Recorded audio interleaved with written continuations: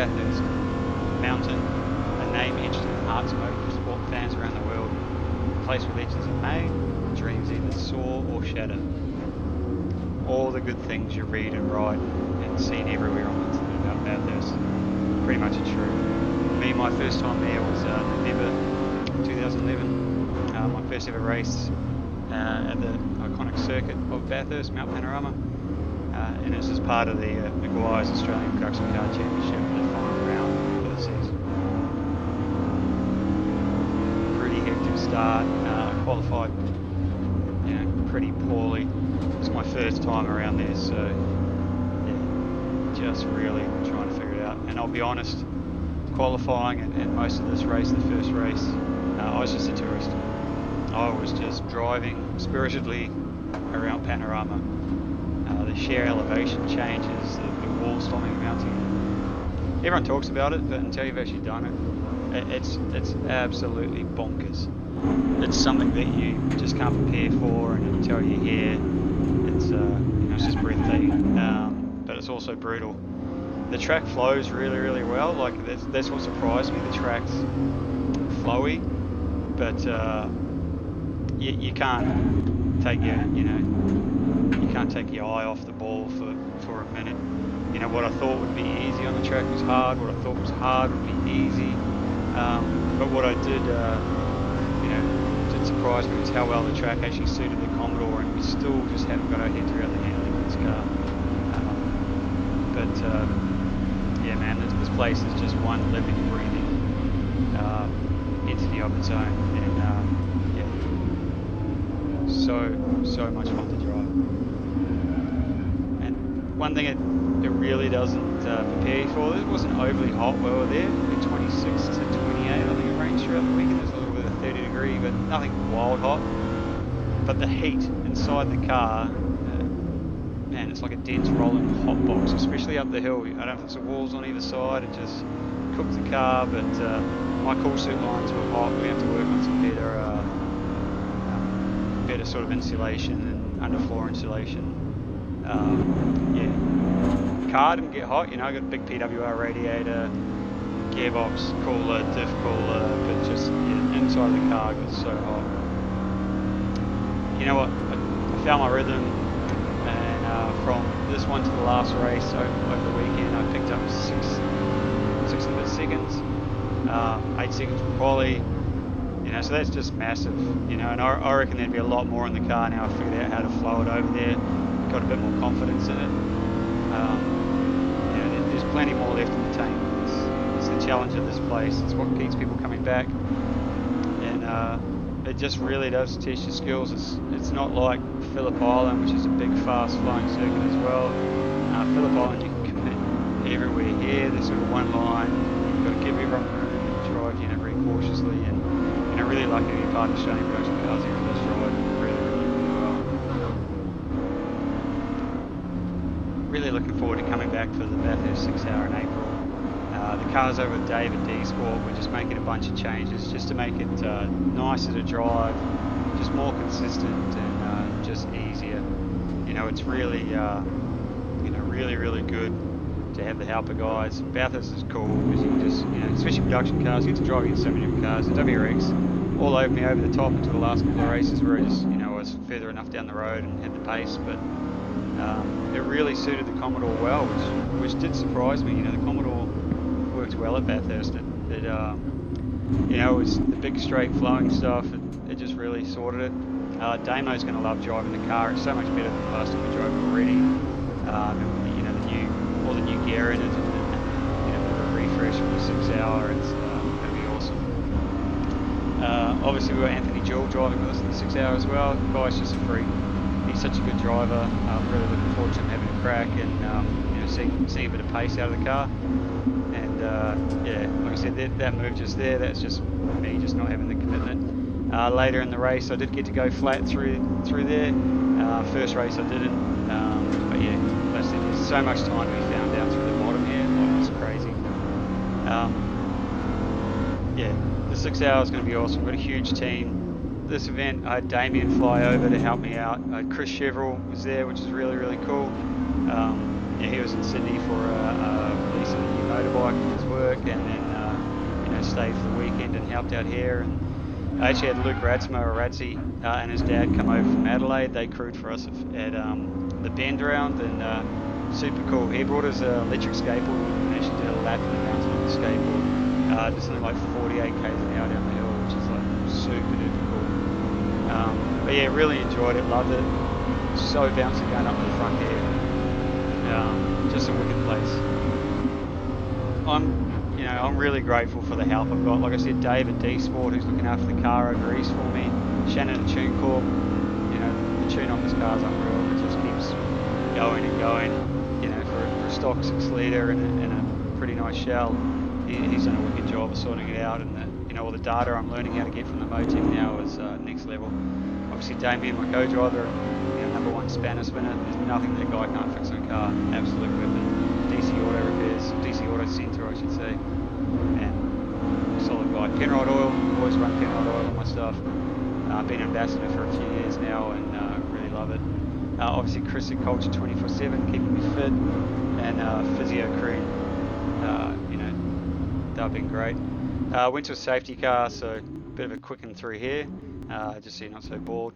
I've also teamed up with Belinda at Motivate Training.